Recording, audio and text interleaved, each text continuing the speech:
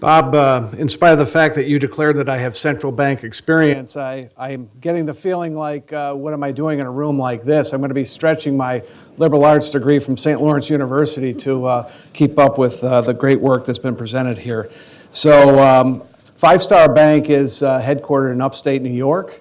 A little background on the company. We are a 53 operation retail banking distribution network. We operate from Buffalo halfway to Syracuse and Auburn, New York, down to the Pennsylvania border, in the west to Jamestown, and to the east to Elmira. That's 15 counties and it's 10,000 square miles. It's very consistent, Julie, with how you described the heartland of America. We operate 35 offices in towns and villages that have one traffic light that where we are one of the key community stakeholders. Our community bank platform, Five Star Bank, is complemented by Scott Danahy Nayland, which is a locally headquartered Buffalo-based insurance brokerage company, and Career Capital, which is a wealth manager based in Buffalo. Both of those fee-based activities, we think, complement our community bank, the fundamental opportunity to drive relationships. And we are days away from hitting the $4 billion milestone. So in spite of the feeling, what am I doing in a room like this, I want to thank you for the opportunity to be here. I'm very proud to represent the community banks and responding to the panel. And certainly welcome the opportunity to engage in healthy and constructive dialogue with our regulators. I want to acknowledge the work that's been done by the authors of our paper. This type of research was very interesting to me, and certainly I think can be critical in terms of thinking about the effectiveness of bank regulation. So to begin with, I want to agree with the premise that regulatory staffing and other challenges which impede or limit the level and substance of interaction between banks and regulators can lead to unintended adverse consequences. As CEO of a company, as CEO of this bank, as CEO of any company, we're constantly faced with the challenge of dealing with uncertainty as we're trying to operate our business and execute against our plans, and at the same time trying to maximize predictability. So through regular interaction with our regulators, we're certainly able to gain insights and understand better their expectations and key issues that can be incorporated into our strategies that are designed to drive acceptable shareholder outcomes, strong regulatory relationships, great employee experience, and to support our customers. So maybe in terms of my response, it'd be best for me to talk about ways that we've taken some actions to approach some of these issues. So I'm going to hold up, we have, like you would expect, we have a strategic plan. It's 55 pages of qualitative and quantitative information. We boil it down to a strategy map that has 5 strategic goals and 25 related initiatives. If you flip it over, as I often talk about with our team, it ends up serving as a funnel for initiatives supporting the attainment of goals, ultimately driving 2 fundamental objectives that we've defined in our strategic plan, and that is to drive an acceptable shareholder experience. We define that as total shareholder return, but as well strong regulatory relationships. 2 fundamental outcomes. In our strategic plan, the roadmap as to how we're driving our company forward. But for a company our size, a community bank our size, we have also taken and made a commitment to embracing an enterprise risk management framework. So as much time as we invested in working with our board to develop a strategic plan, we've done the same thing in terms of developing a risk appetite statement that links the risk we're willing to take to achieve those fundamental strategic outcomes. And setting a tone at the top and cascading through the organization in terms of risk and risk management. So that has been a major commitment for us. It's been an 18-month journey, and we're almost ready to work our way through the process of turning on a heat map for our board and our management to see. I think that's very important in terms of supporting strong regulatory relationship and strong shareholder outcomes, because it's going to provide us the opportunity to have real-time discussions as a management team in terms of where we are in terms of outcomes that we produce versus expected risk, and therefore what are we going to do about it in terms of making a pivot or adjusting our business activities. And then, of course, we have 3 lines of defense relative to managing risk in the organization. The business units themselves understand where the parameters that we're operating the company in. We have a very strong compliance management program, like many banks, and discussion comments today. We've been investing in talent to increase the capacity of and expertise of that function. And then we have an audit function that serves as a final line of defense. And recently in our company, in addition to the standard risk-based audit approach that you would expect to be standard operating procedure, we've also brought in a new leader of this unit that can help us continue to evolve our audit program, where audit is serving as a strategic partner of management. We want to hear, and we want to cascade their observations through the organization that are constructively critical and things to think about. So for certain conclusions set forth in the papers to be applicable today, we would have to have a complete failure of our compliance management, our audit, and our enterprise risk management programs. So I guess I would take a contrarian view there. As well, on this slide, we're talking about showing the ladder of regulatory oversight that ultimately exists and I think decreases risk at our bank. In our bank, we operate in New York State. We're regulated, governed, and influenced by the Federal Reserve Bank of New York, the Department of Financial Services, and the New York State Attorney General in our experience in the recent past. There's continuous scrutiny as a public company from our institutional investors. They are very interested in our strategy and the risks that we're taking for the rewards that we intend to achieve on their behalf. And there is always a detailed conversation about credit from their perspective in our performance in credit, recognizing to the extent that credit goes in a negative way, that would impair their investment. In terms of the community, that serves as a wonderful governor of great behavior. Community outreach and engagement is fundamental to who we are as community bankers. We are engaged in assuring that we have got the products and services to serve all of the markets, including the economically at risk and vulnerable in our marketplace. We are a stakeholder at the community table to solve some of our most major challenges and opportunities beyond banking, but in the community as well. And we are an employer of choice. We aspire to be an employer of choice. In some of our markets, we are the largest employer, and we need to make sure that what we're doing is operating the bank in a safe and sound manner supports the sustainability of our community engagement as well.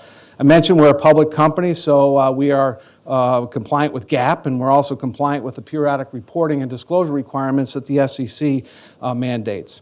We are audited by the survivor in the Big Four accounting, KPMG, and as well we've issued public debt. We've issued subordinated debt that the structure is grounded in the maintenance of an investment-grade credit rating that's evaluated every year.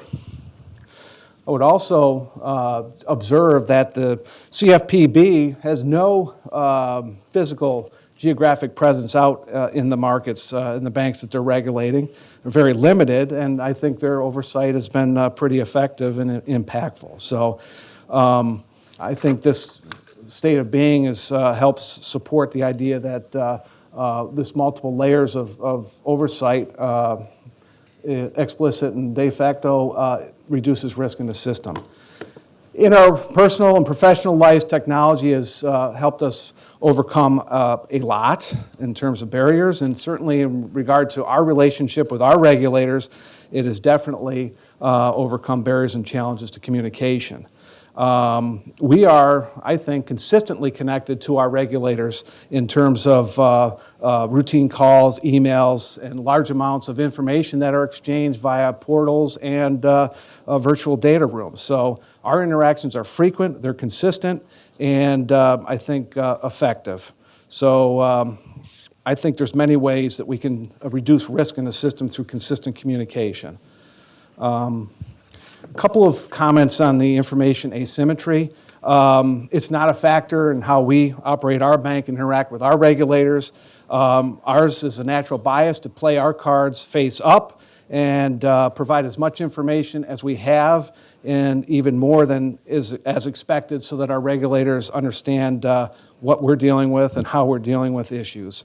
So when we have requests for increased information, I don't see it as being a factor in terms of increasing our risk at the community bank because our business model is simple. We are driving hopefully low-cost deposits across our deposit base, or across our communities with people we know and lending it back to businesses and people that we know very well. So we're not dealing with complexity in terms of financial instruments or other structures that would drive an increase in risk. And again, the public company scrutiny, I think, is a mitigant there. So relative to originating loans to be sold from a community banker's perspective, that decision is really about a question of driving fee income balanced with the impact on our margin as well as managing our balance sheet and concentration risk that comes along with lending. So it's not about community bankers generating loans to be, riskier loans to be sold off down into the market. So we know our borrowers, we know our communities, and whether to sell production or not, we underwrite these loans as if we're going to keep them on our balance sheet. And that's been the case with indirect loans. It's also been the case with commercial construction loans where we, at the same time we're approving the construction loan, are approving the takeout and to hold on our balance sheet. There were some comments about additional capital. I think that's a great thing in terms of reinforcing the soundness of the system and strengthening the overall system and individual banks. Mathematically, though, for management teams, that becomes harder to drive returns consistent with lower levels of capital. And I think then if we're going to hold higher levels of capital, we must make sure that the context is important. Is there an identified use for it? And if it's for bolstering capital levels across the industry, we just need to make sure that we are managing expectations of our investors and other key constituencies. So a couple of comments, try to keep up with the allowance comments. Our allowance, we know, is our largest estimate in terms of our financial statements, management estimates. Our process is comprehensive. It is subject to significant organizational focus, management time, and oversight of our auditors, of our risk oversight committee of the board, and certainly of our regulators. Our model, as we speak today, is really grounded in three components. We've got a quantitative model embedded in the process, estimates our losses of non-impaired loans with similar loan pools, and risk profile. And that incorporates look-back periods and loss emergent periods. We also have a piece of the model that's grounded in qualitative factors that, subject to regulatory and accounting guidance, is dealing with factors that aren't captured in the quantitative models. And then, of course, we're dealing with the impaired loan analysis and regulatory guidance. In the 12 years that I've been at the bank, I've seen this very productive and constructive evolution of our model, the practical application of balancing and the empirical data with the exercise of judgment.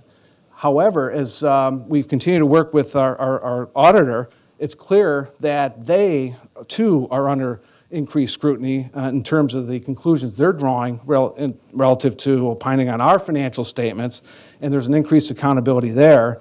So at the end of the day, right now, we're feeling that it's driving to a much more precise, less influence of exercise of judgment, and in my opinion, potentially more volatile in terms of the metrics associated with provision and the allowance.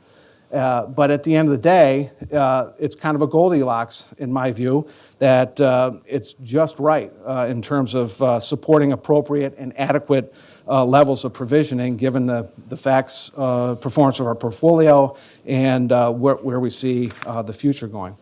So, in summary, thank you for having me. I view this regulatory oversight with more optimism than was set forth in the research papers discussed today.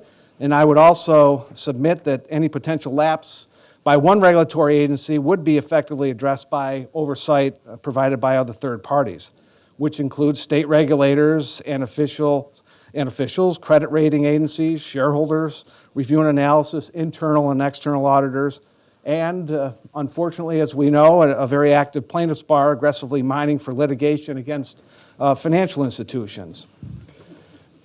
In support of this view, I point to there was an article on August 30th in the American Banker, and the article was titled "States Preparing to Pick Up Slack if CFPB Backs Down," in which it was noted, quote, "In recent years, states have become more aggressive in their oversight of the financial industry, a trend that could be traced back to the Dodd-Frank Act and growing sense that consumers must be protected from types of predatory actors that caused and exacerbated the financial crisis," end quote.